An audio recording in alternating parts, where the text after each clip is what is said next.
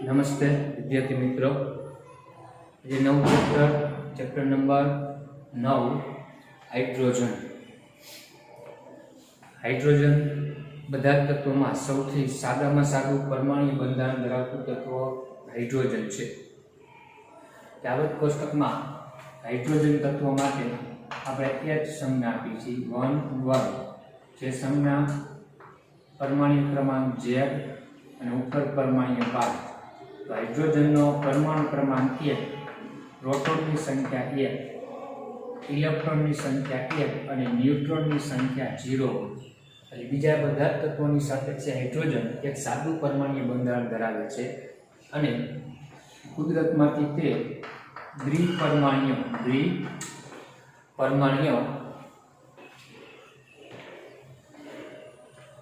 द्विपरमाणुओ अणु तरीके એટલે કે ડાયહાઇડ્રોજન કહેવાય H2 ડાયહાઇડ્રોજન અને વાયુમય અવસ્થામાં મળી આવે તે અવસ્થામાં વાયુમય અવસ્થામાં મળી આવતું તત્વ છે અને આ તત્વો લગભગ આ કોષ્ટકમાં મોટા ભાગના તત્વો સાથે સંયોજાય અને અલગ અલગ સંયોજનો બનાવી શકે છે અને હાલમાં હાઇડ્રોજનનો તો કે ઊર્જાના એક સ્ત્રોત તરીકે પેટ્રોલ ડીઝલ ગેસની જગ્યાએ પણ હાઇડ્રોજન બળતણના એક સ્ત્રોત તરીકે પણ ઉપયોગમાં ભવિષ્યમાં લઈ શકાય એવી શક્યતાઓ પણ જણાઈ રહેલી છે। હાઇડ્રોજન બળતણ કોષની અંદર હાઇડ્રોજનનો ઉપયોગ કરી રાસાયણિક ઉર્જાનું વિદ્યુત ઉર્જામાં રૂપાંતર કરવામાં આવે। હવે આપણે પ્રથમ એ ચર્ચા કરશું કે હાઇડ્રોજનનું આવર્ત કોષ્ટકમાં સ્થાન ક્યાં। હાઇડ્રોજનનું આવર્ત કોષ્ટકમાં સ્થાન આવર્ત કોષ્ટકમાં સ્થાન तो आवृत कोष्टक में हाइड्रोजन है परमाणु क्रमांक 1 है એટલે આવર્ત કોષ્ટકની શરૂઆત હાઇડ્રોજન તત્વથી થાય છે એટલે આવર્ત નંબર 1 માં આવે આવર્ત 1 માં આવે પણ સમૂહમાં તો કે એક પણ સમૂહમાં હાઇડ્રોજનનો સમાવેશ કરેલો નથી। હાઇડ્રોજન આવર્ત કોષ્ટકમાં જોઈએ તો સમૂહ 1 એટલે આલ્કલી ધાતુ, સમૂહ 17 એટલે હેલોજન સમૂહ સાથે સામ્યતા ધરાવે છે અને અલગ પણ પડે છે। તો હાઇડ્રોજન છે એની સમૂહ 1 સાથેની સામ્યતા શું છે? સમૂહ 1 સાથે કઈ બાબતમાં સામ્યતા ધરાવે તો કે એક ઇલેક્ટ્રોન રચના। તો ઇલેક્ટ્રોન રચના સમૂહ 1 ની NS1 હોય બાહ્યતમ કરશે તો હાઇડ્રોજનની પણ 1s1 એના જેવી જ ઇલેક્ટ્રોન રચના છે। સમૂહ 1 ના તત્વો એક ઇલેક્ટ્રોન ગુમાવી ધન આયન બનાવે છે જેમ કે લિથિયમ હોય તો લિથિયમ પ્લસ, તો હાઇડ્રોજન પણ એક ઇલેક્ટ્રોન ગુમાવી ધન આયન પણ બનાવી શકે છે। અને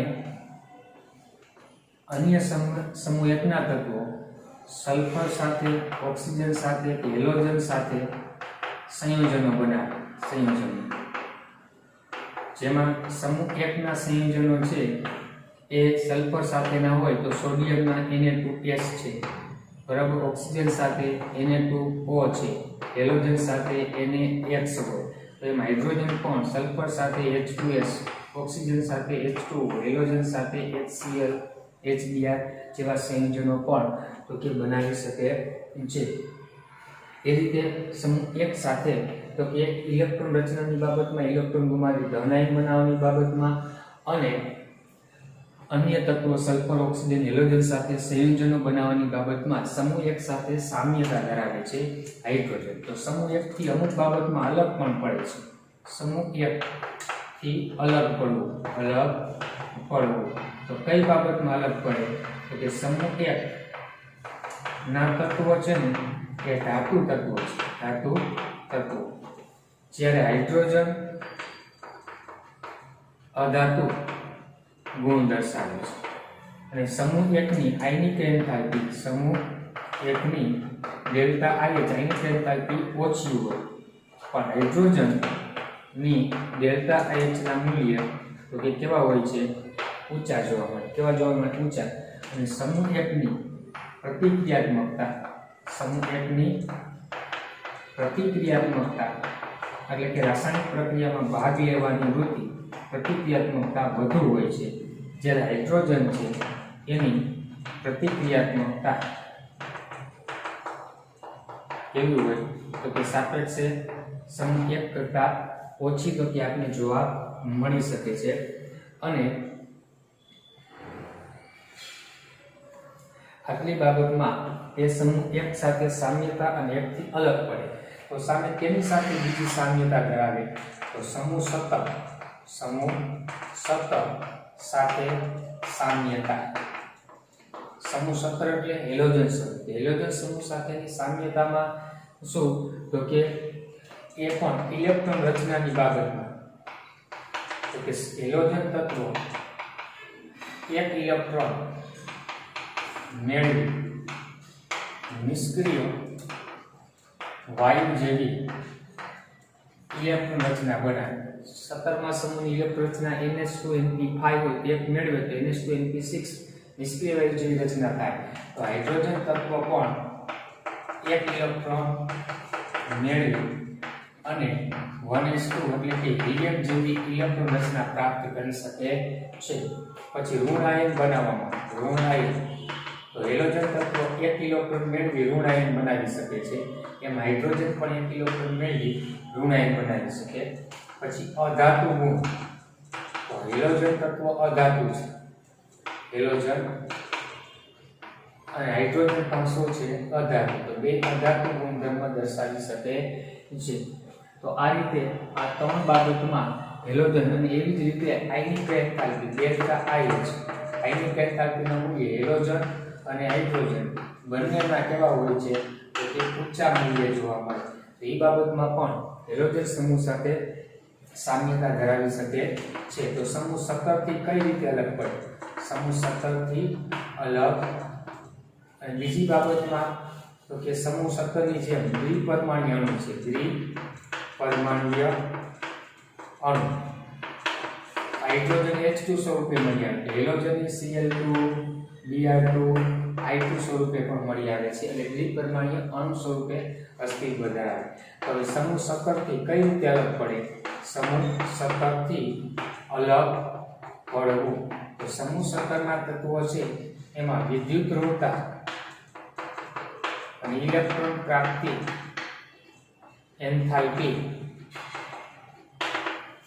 સમૂહ 17 માં વધુ હોય આ બે મૂલ્ય સમૂહ 17 માં શું આવશે તો કે બે ના મૂલ્ય કેવા હોય છે તો કે વધુ હોય છે જ્યારે હાઇડ્રોજનમાં કેવા આવશે તો કે ઓછા મૂલ્ય જોવા મળે કેવા જોવા મળે ઓછા એ બાબતમાં એનાથી તો કે શું થશે અલગ પડે છે એટલે આ રીતે હાઇડ્રોજન અને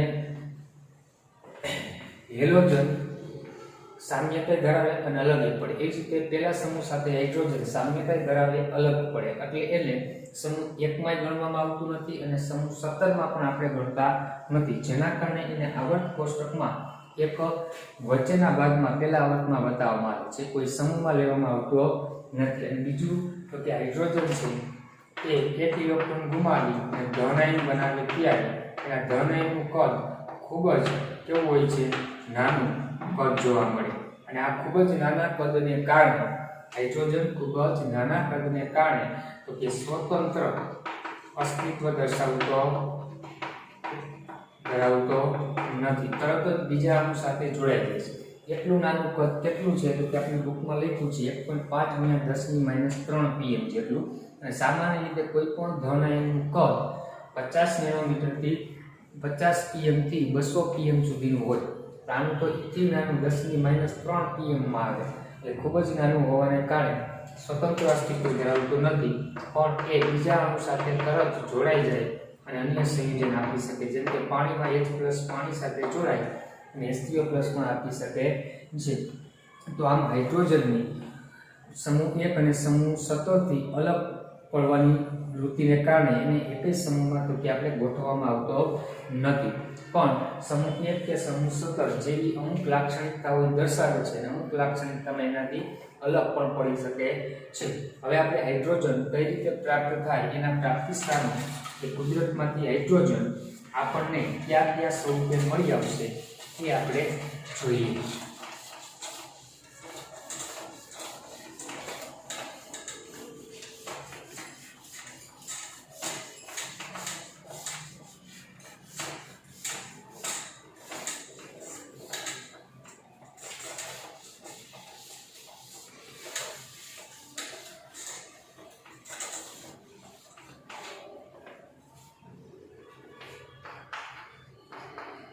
H2 ના પ્રાપ્તિ સ્થાન. હાઇડ્રોજન કુદરતમાંથી તો કે વિપુલ પ્રમાણમાં બ્રહ્માંડમાં મળી આવે છે અને બ્રહ્માંડમાં એનું પ્રમાણ લગભગ દળથી એટલે વજનથી ટકા લગભગ 70% જેટલું જોવા મળે છે. કેટલા ટકા છે? 70%. અને સૂર્યમંડળની આસપાસ તો કે જોવા મળે સૂર્યના વાતાવરણની આસપાસ હાઇડ્રોજન મુખ્ય તત્વ છે. આ ઉપરાંત મોટા ગ્રહો ગુરુ અને શનિમાં પણ હાઇડ્રોજન વધારે પ્રમાણમાં હોય છે. એટલે સૂર્યમાં, ગુરુ અને શનિમાં વધારે પ્રમાણમાં હોય, પણ પૃથ્વીના વાતાવરણમાં એ વજનમાં હલકો હોવાથી પૃથ્વીના વાતાવરણમાં બહુ ઓછા પ્રમાણમાં આપણે જોવા મળે. પૃથ્વીના વાતાવરણમાં 0.15% હોય. કેટલો હોય છે?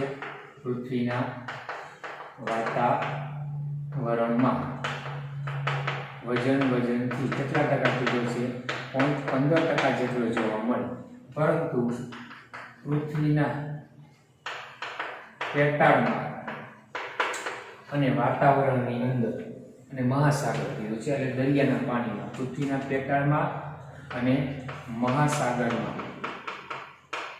હાઇડ્રોજન વાયુ છે એ 15.4% હોય છે. 15.4% જેટલો જોવા મળે. એટલે અન્ય તત્વો સાથે સંયોજિત સ્વરૂપે બરાબર પૃથ્વીના પેટાળમાં અને મહાસાગરમાં દરિયાના પાણીમાં 15.4% જેટલું હોય. આ ઉપરાંત વનસ્પતિ અને પ્રાણીઓમાં પણ વનસ્પતિ અને પ્રાણીઓના શરીરમાં પેશીઓની અંદર હોય છે, અથવા કાર્બોહાઈડ્રેટ પદાર્થો ગ્લુકોઝ, ફ્રુક્ટોઝ એમાં કાર્બોહાઈડ્રેટ સ્વરૂપે. કાર્બોહાઈડ્રેટ એટલે ગ્લુકોઝ છે, સુક્રોઝ છે, સેલ્યુલોઝ છે, આ બધામાં હાઇડ્રોજન તત્વ હોય છે. આ ઉપરાંત પ્રોટીનમાં હોય. પ્રોટીન એક પ્રકારના એમિનો એસિડમાંથી બને છે, એની અંદર પણ જોવા મળી શકે છે. આ ઉપરાંત આપણે હાઇડ્રોકાર્બન ગણ્યા બરાબર, આલ્કેન, આલ્કીન, એમાં હાઇડ્રોજન હોય છે. અને એ ઉપરાંત અકાર્બનિક સંયોજનોમાં તો કે અન્ય હાઇડ્રેટ સ્વરૂપે એટલે કે ધાતુ સાથે જોડાય તો એ સંયોજનને હાઇડ્રેટ કહેવાય. જેમ કે સોડિયમ હાઇડ્રેટ છે, મેગ્નેશિયમ હાઇડ્રેટ છે, તો એ ધાતુ સાથે સંયોજિત સ્વરૂપે પણ જોવા મળી આવે છે. તો આ રીતે એના પ્રાપ્તિ સ્થાનમાં આપણે વનસ્પતિ પ્રાણીઓમાં કાર્બોહાઈડ્રેટ, પ્રોટીન, હાઇડ્રોકાર્બન અને હાઇડ્રેટ સ્વરૂપે પૃથ્વીના પેટાળમાં અને મહાસાગરમાં અન્ય તત્વો સાથે સંયોજિત સ્વરૂપે એને ખનિજ કહેવાય, એમાં જોવા મળ્યા. હવે હાઇડ્રોજનના સમસ્થાનિકો બીજા ચેપ્ટરમાં આપણે ચર્ચા કરી ગયા છીએ કે જે સંયોજનના શું છે પરમાણુ ક્રમાંક સરખા હોય પરંતુ પરમાણ્વીય દળાંક જુદા જુદા હોય તો એને એકબીજાના સમસ્થાનિકો કહેવાય. તો હાઇડ્રોજન 3 સમસ્થાનિકો ધરાવે છે. એક પ્રોટિયમ,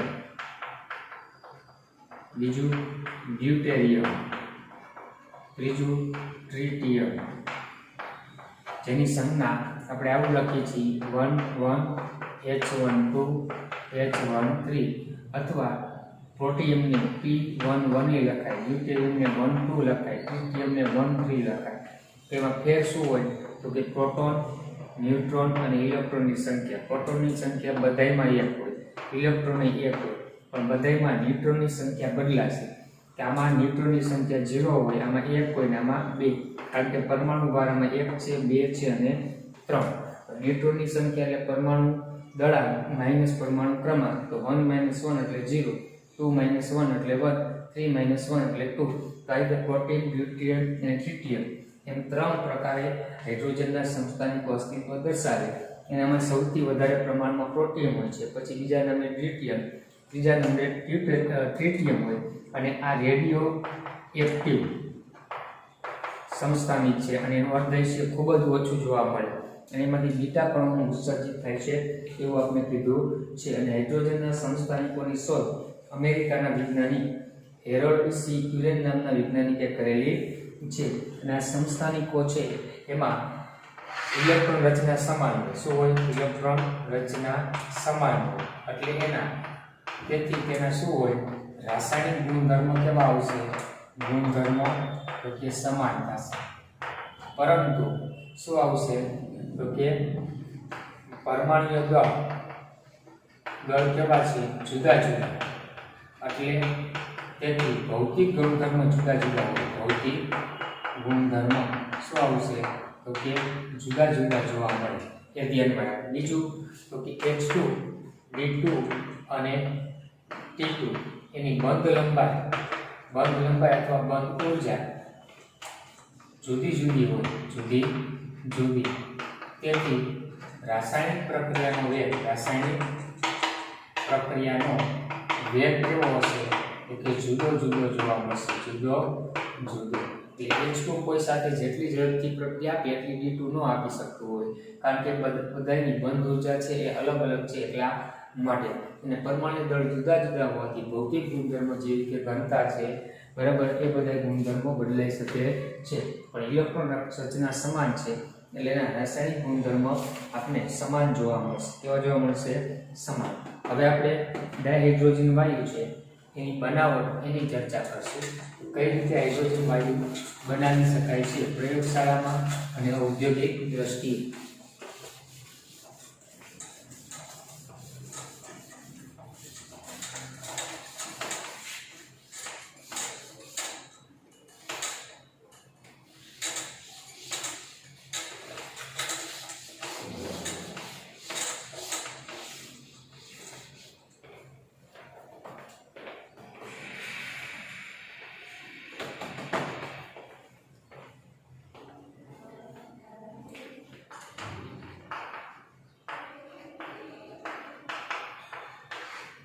પહેલા હાઇડ્રોજનની બનાવટ પ્રયોગશાળામાં આપેલી છે.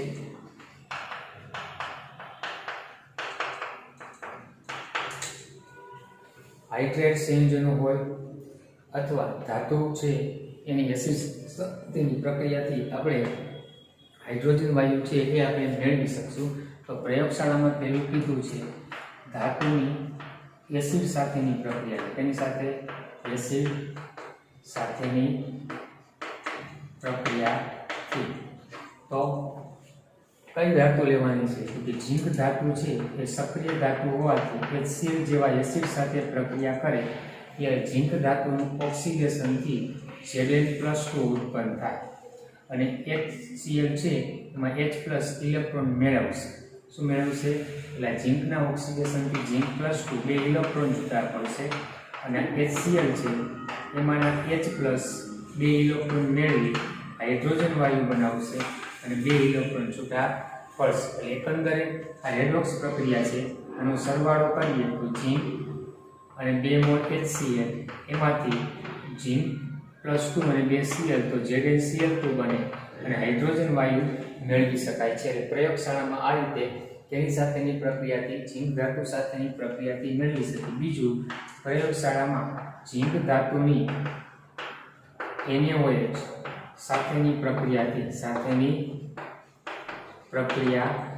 પણ હાઇડ્રોજન વાયુ મેળવી શકાય. જેમ કે ઝીંકની સોડિયમ હાઇડ્રોક્સાઇડના દ્રાવણ સાથે 2 મોલ સાથે પ્રક્રિયા કરશું તો Na2ZnO2 સોડિયમ ઝિંકેટ મળશે અને હાઇડ્રોજન વાયુ છે એ આપણે છૂટો પડશે. શું નામ છે આનું? Sodium zincate. તો આ બે રીતે પ્રયોગશાળામાં હાઇડ્રોજન વાયુ છે એ આપણે મેળવી શકીએ છીએ. હવે ઔદ્યોગિક રીતે અથવા વ્યાપારી ધોરણે, તો ઔદ્યોગિક દ્રષ્ટિએ અથવા વ્યાપારી ધોરણે હાઇડ્રોજન વાયુ છે એ મેળવવા માટે પાણી છે એ પાણીનું વિદ્યુત વિભાજન કરવાનું. એટલે પાણી લઈ એમાં એસિડ અથવા બેઝ ઉમેરી અને નિષ્ક્રિય વિદ્યુત ધ્રુવ લેવાના છે. તો આ પાણી લીધું હોય એનું નિષ્ક્રિય વિદ્યુત ધ્રુવની હાજરીમાં પ્લેટિનિયમ જેવા નિષ્ક્રિય વિદ્યુત ધ્રુવની હાજરીમાં વિદ્યુત વિભાજન કરવા એસિડ અથવા બેઝ ઉમેરવું. એટલે પાણીમાં વિદ્યુત વિભાજનથી એનોડ ઉપર હાઇડ્રોજન વાયુ કેથોડ ઉપર અને એનોડ ઉપર ઓક્સિજન વાયુ મળશે. આ પ્રક્રિયા કઈ રીતે થાય તો કે વિદ્યુત વિભાજનમાં એનોડ ધ્રુવ ઉપર વિદ્યુત રાસાયણિક કોર્સમાં આપણે જોયું હતું કે એનોડ ઉપર પાણી હોય તો પાણીમાં રહેલા ઓક્સિજન છે એ આપણે શું કરશે તો કે ઇલેક્ટ્રોન ગુમાવશે. એટલે O2 માં રૂપાંતર થાય. એક ઓક્સિજન અડધોમાં 2H+ છૂટા થાય અને 2 ઇલેક્ટ્રોન છૂટા થશે અને કેથોડ ઉપર 2 મોલ પાણીમાં રહેલા 2H+ આ 2 ઇલેક્ટ્રોન એનોડમાંથી મુક્ત થાય એ મેળવી એટલે 2H+ માંથી એક H2 બને અને 2 પાણીના અણુ એક OH- મુક્ત કરે એટલે 2 મોલ OH- મુક્ત થાય. સરવાળો કરશું તો આ બાજુ 3 મોલ પાણી છે, 2 ઇલેક્ટ્રોન ઉડી જાય, અડધો mall O2, 1 mall H2, 2H plus 2 OH, 2 mall પાણી બને. તો એ 2 મોલ પાણીના આ બાજુના 3 મોલ, 2 ઉડી જાય એટલે એકંદરે આ બેનો સરવાળો કરશો ઉપરની પ્રક્રિયા આવશે. તો આ રીતે વિદ્યુત વિભાજનથી એનોડ ઉપર O2 અને કેથોડ ઉપર હાઇડ્રોજન વાયુ મેળવી શકાય છે. આવું જ બીજું ઉદાહરણ કીધું છે આપણે બે નિકલ વિદ્યુત ધ્રુવ વડે બેરિયમ હાઇડ્રોક્સાઇડ BaOH ના જલીય દ્રાવણનું શું કરવાનું છે? વિદ્યુત વિભાજન. તો આમાં પણ નિકલ બેરિયમ હાઇડ્રોક્સાઇડનું જલીય દ્રાવણ હોય એટલે એમાં પાણી હોય અને એનું પ્લેટિનિયમ વિદ્યુત ધ્રુવ વડે વિદ્યુત વિભાજન કરો એટલે પાણીનું જ ઓક્સિડેશન રિડક્શન ઉપર પ્રક્રિયા થાય ને એ રીતે થશે. એટલે આપણે એમાંથી પણ હાઇડ્રોજન અને ઓક્સિજન વાયુ મળશે. બેરિયમ હાઇડ્રોક્સાઇડનું ઓક્સિડેશન કે રિડક્શન થશે ને એ રીતે લગભગ 99 કેટલા ટકા? તો કે 55% શુદ્ધ, 99.95% શુદ્ધ આપણે શું મળે છે? તો કે હાઇડ્રોજન વાયુ મેળવી શકાય છે આ પ્રક્રિયાથી. આ ધ્યાન રાખવું. આવી ત્રીજી પ્રક્રિયા વિદ્યુત વિભાજનની છે બ્રાઇન દ્રાવણમાં. બ્રાઇન દ્રાવણનું શું કરવાનું છે? વિદ્યુત વિભાજન. બ્રાઇન દ્રાવણ એટલે દરિયાનું પાણી કે જેમાં સાંદ્ર NaCl હોય એટલે કે NaCl નું સાંદ્ર જલીય દ્રાવણ હોય. તો NaCl ના સાંદ્ર જલીય દ્રાવણમાં તો કે NaCl અને H2O હોય. તો એમાંથી એનોડ ઉપર છે એ ક્લોરાઇડ આયનમાંથી Cl2 મળે, કેથોડ ઉપર H2 મળે અને દ્રાવણમાં વધારાની નિકલ NaOH આપણે મળી શકશે. સંતુલિત લખવા 2 મોલ લખો, આ 1 મોલ અને આ પણ 1 મોલ અને 2 મોલ NaOH મળશે. આમાં પ્રક્રિયા લખવી હોય તો એનોડ ઉપર Cl- છે એ ઓક્સિડેશન પામી Cl2 બનાવે, 2 ઇલેક્ટ્રોન ગુમાવે. કેથોડ ઉપર દ્રાવણમાં રહેલું પાણી છે 2 મોલ, 2 ઇલેક્ટ્રોન મેળવી અને 1 મોલ H2 અને 2 મોલ OH- ઉત્પન્ન કરે. આ OH- 2 Na+ સાથે જોડાય દ્રાવણ નિપજ આપશે એટલે NaOH નિપજ આપશે એટલે NaOH, Cl2 અને H2. એટલે આ પ્રક્રિયામાં Cl2 ના ઉત્પાદન માટેની પ્રક્રિયા પણ એમાં 8 પેદાશ તરીકે પણ હાઇડ્રોજન વાયુ તો કે મેળવી શકાય છે. આ ઉપરાંત ચોથી પ્રક્રિયામાં કીધું છે તો કે હાઇડ્રોકાર્બન હોય તો હાઇડ્રોકાર્બનમાંથી કઈ રીતે? તો કે હાઇડ્રોકાર્બન આલ્કેન લઈ તો CnH2n+2 સૂત્ર હોય. તો આલ્કેન સંયોજનો છે એની પાણીની બાષ્પ સાથે ગરમ કરવામાં આવે તો કાર્બન મોનોક્સાઇડ અને હાઇડ્રોજન વાયુ એટલે કે જળવાયુના સ્વરૂપમાં આપણે હાઇડ્રોજન મળશે. ઉદાહરણ તરીકે મિથેન લઈ એની પાણીની બાષ્પ સાથે પ્રક્રિયા કરશું તો કાર્બન મોનોક્સાઇડ અને H2 આ 3 મોલ મળશે. આ CO અને H2 ના મિશ્રણને જળવાયુ કહેવાય. શું કહેવાય? જળવાયુ. અથવા એનું બીજું નામ છે ઉત્પાદક વાયુ પણ કહેવાય. શું કહેવાય? ઉત્પાદક. કારણ કે આ જળવાયુ જે છે ને CO અને H2 એની યોગ્ય ઉદ્દીપક સાથે તમે નિકલ ઉદ્દીપકની હાજરીમાં પ્રક્રિયા કરો તેમાંથી મિથેનોલ મળી શકે છે. CO અને H2 વચ્ચેની પ્રક્રિયા છે એની પ્રક્રિયા કોપર ઉદ્દીપકની હાજરીમાં કરો તો મિથેન નિપજ મળે. ટૂંકમાં એમાંથી અલગ અલગ કાર્બનિક સંયોજનો પણ જળવાયુમાંથી મેળવી શકાય એટલે એને ઉત્પાદક વાયુ અથવા સિન્થેટિક વાયુ તરીકે પણ ઓળખવામાં આવે છે. સિનગેસ અથવા ઉત્પાદક વાયુ અથવા સિનગેસ તરીકે ઓળખવામાં આવશે. અને ત્યાર પછીની પ્રક્રિયા કીધી છે કોકમાંથી. કોક એટલે કાર્બન.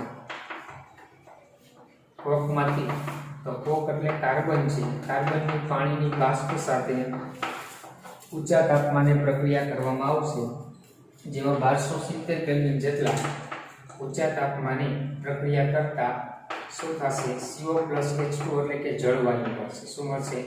જળવાયુ. આમાંથી વધારે પ્રમાણમાં તો કે આપણે જળવાયુ જોતો હોય તો એને તો કે કયા ઉદ્દીપકની હાજરીમાં? ક્રોમેટ ઉદ્દીપકની હાજરીમાં એટલે કે CO plus H2. અને એથી ઊંચા તાપમાને 673 કેલ્વિન તાપમાને આયન ક્રોમેટ. ક્રોમેટ એટલે કેવો જોડાયેલ થાય? CrO4-2. અને આયન ક્રોમેટ એટલે Fe+2 જોડાયેલું.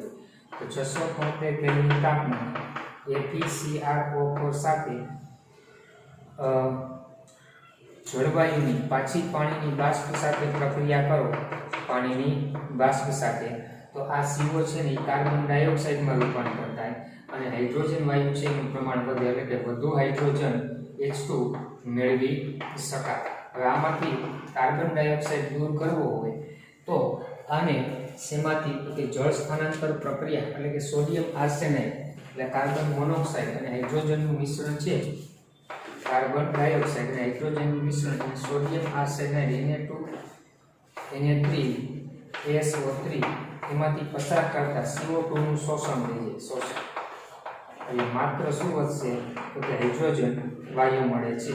એટલે જળવાયુથી જે હાઇડ્રોજન વાયુ ઉત્પન્ન થાય ને એ CO અને H2 ના મિશ્રણ સ્વરૂપે એમાં CO દૂર કરવો હોય તો એ જળવાયુને વધારે પ્રમાણમાં પાછી પાણીની બાષ્પ સાથે આયક કોમળ ઉદ્દીપકની હાજરીમાં પ્રક્રિયા કરતા એ કાર્બન ડાયોક્સાઇડ અને હાઇડ્રોજનનું મિશ્રણ આવશે અને એને સોડિયમ આર્સેનાઇડ ઉપરથી પસાર કરો તો શુદ્ધ હાઇડ્રોજન વાયુ અલગ તમે મેળવી શકો છો। તો આ રીતે હાઇડ્રોજન વાયુ અલગ અલગ રીતે મેળવી શકાય અને હાલના સમયમાં હાઇડ્રોજન મેળવવાના મુખ્ય સ્ત્રોત છે સિનગેસ એટલે કે જળવાયુ મેળવવાના મુખ્ય સ્ત્રોત તરીકે સુએજ એટલે ગટરનું પાણી જેમાં કાર્બનિક પદાર્થ હોય એના વિઘટનથી જળવાયુ મળી શકે। એ જ રીતે લાકડાનો બારીક ભૂકો છે એમાંથી મેળવી શકાય, લાકડાના ટુકડા, સમાચાર પત્રના કાગળ આ બધામાંથી હાઇડ્રોજન વાયુ ઉત્પન્ન કરી શકાય છે। અને કોલસામાંથી હાઇડ્રોજન વાયુ મેળવવાની ક્રિયા, જળવાયુ મેળવવાની ક્રિયાને શું કહેવાય છે? કોલ ગેસિફિકેશન કહેવાય। શું કહેવાય? કોલ ગેસિફિકેશન। એટલે જળવાયુ છે એ કોલસામાંથી મેળવવામાં આવે કાર્બનમાંથી એને કોલ ગેસિફિકેશન પ્રક્રિયા તરીકે ઓળખાય છે। અને હાલમાં જે હાઇડ્રોજન વાયુ ઉત્પન્ન થાય છે એ આપણે 77% ઔદ્યોગિક દ્રષ્ટિએ છે ને એ પેટ્રોલિયમ રસાયણમાંથી ઉત્પન્ન કરવામાં, 18% કોલસામાંથી મેળવે છે, 4% જલીય દ્રાવણના વિદ્યુત વિભાજન અને 1% તરીકે અન્ય પદાર્થમાંથી મેળવવામાં આવે। તો હાઇડ્રોજનની બનાવટ પ્રયોગશાળામાં ઝીંકની એસિડ સાથે અથવા ઝીંકની બેઝ સાથે, બરાબર, ઔદ્યોગિક દ્રષ્ટિએ પાણીનું વિદ્યુત વિભાજન, બેરિયમ હાઇડ્રોક્સાઇડનું વિદ્યુત વિભાજન અને બ્રાઇટ દ્રાવણનું વિદ્યુત વિભાજન, પછી હાઇડ્રોકાર્બન હોય તો એની પાણીની બાષ્પ સાથેની પ્રક્રિયા। એ જ રીતે તો કે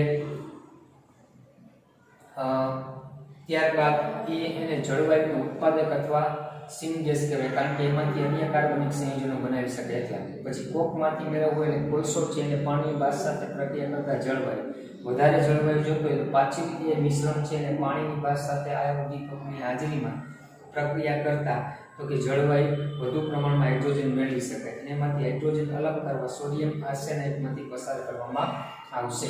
આ ધ્યાનમાં રાખવાનું। હવે આપણે હાઇડ્રોજન છે એના ભૌતિક ગુણધર્મો જોઈએ।